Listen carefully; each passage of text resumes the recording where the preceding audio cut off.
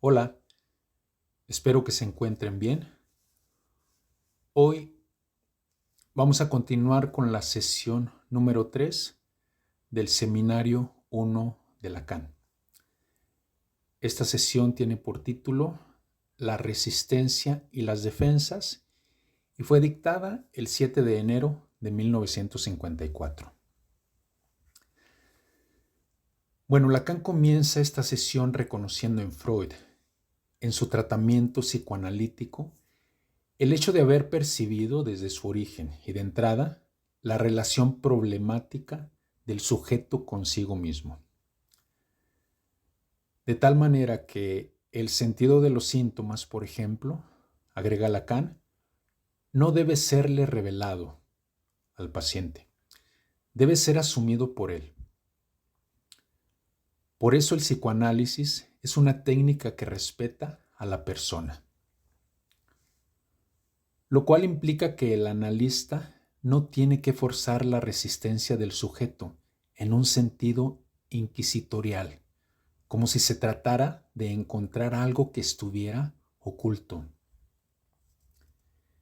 En ese sentido, entonces, sugiere Lacan, conviene abstenerse de esta interpretación de la defensa que llamo de ego a ego, fuera cual fuese su eventual valor.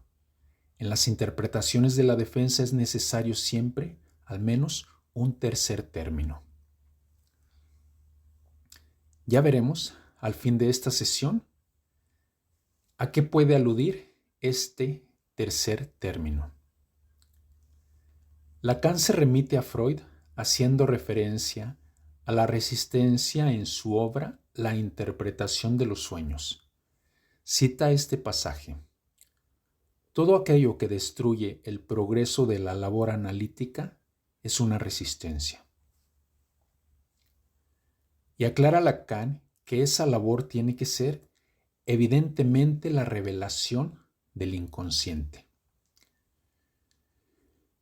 Me parece que la labor analítica se puede ver interrumpida incluso por una interpretación demasiado brillante, como si se dijera algo así. Tal cosa significa esto. En ese caso implicaría, como lo propondrá Lacan más adelante, una resistencia del propio analista. Digamos, una resistencia a seguir buscando lo nuevo, lo que todavía no sabemos, ni el paciente ni el analista. La revelación del inconsciente implica, entonces, aquello que no se sabe aún. En el contexto del hombre de los lobos, este caso tan emblemático de Freud, Lacan señala que solo la perspectiva de la historia y el reconocimiento permite definir lo que cuenta para el sujeto. Bueno, les doy un punto de referencia. Ahorita vamos en la página 61 de la versión de Paidós. Y aquí evoca la importancia que Freud pone en la conservación de la fecha de algún trauma y que su dimensión fantasmática es infinitamente más importante que su dimensión de acontecimiento. Es decir, que más que lo que ocurrió en sí, lo cual nos resulta inaccesible, podemos acceder al sentido que le dio el sujeto y que es quizás el que le sigue dando y le sigue afectando. De ahí la importancia de lo que relata en el tratamiento, porque su sentido puede variar. Hay que permanecer siempre a nivel del alfabeto, aconseja Lacan. En el alfabeto tenemos, por así decirlo, el alfa, el principio de todo para nuestro autor. Es aquí donde se habrá de revelar lo inconsciente. El lenguaje es desde aquí y lo seguirá siendo a lo largo de su transmisión del psicoanálisis, el principio rector para Lacan. Desde luego que sigue a Freud en esto, pues es quien resaltó la importancia de la palabra, es quien tituló a la obra central de su teoría nada menos que la interpretación de los sueños, de donde cabe resaltar la palabra interpretación, es decir, la narrativa del sueño más que el sueño en sí mismo. Es también Freud quien incluyó el discurso en la única regla de su método terapéutico. Sí, es solo una, pero fundamental.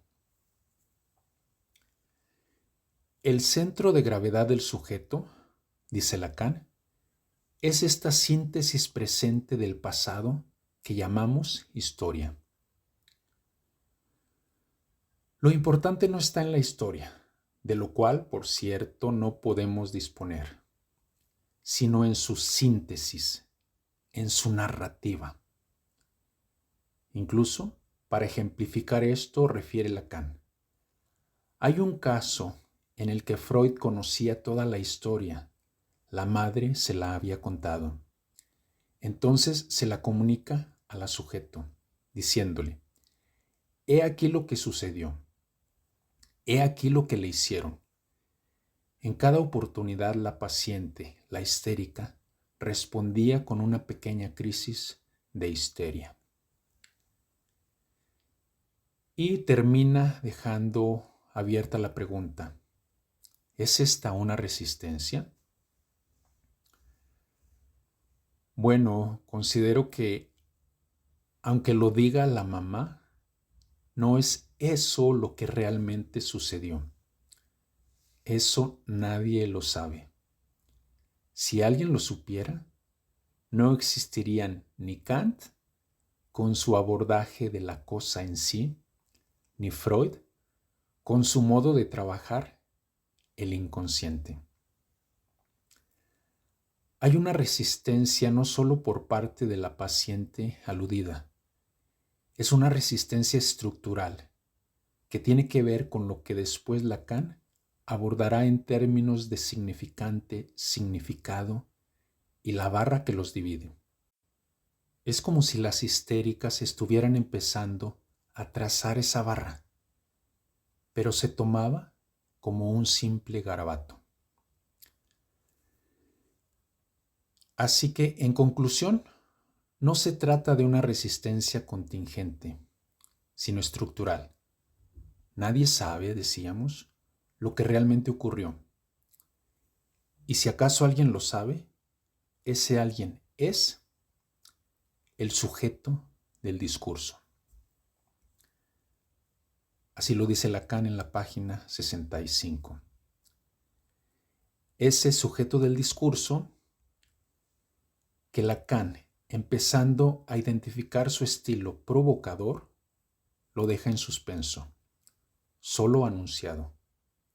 Ya veremos lo que nos dice en la siguiente sesión de su seminario. Bueno, mi nombre es José Félix Bonilla Sánchez. Esto sería todo por hoy.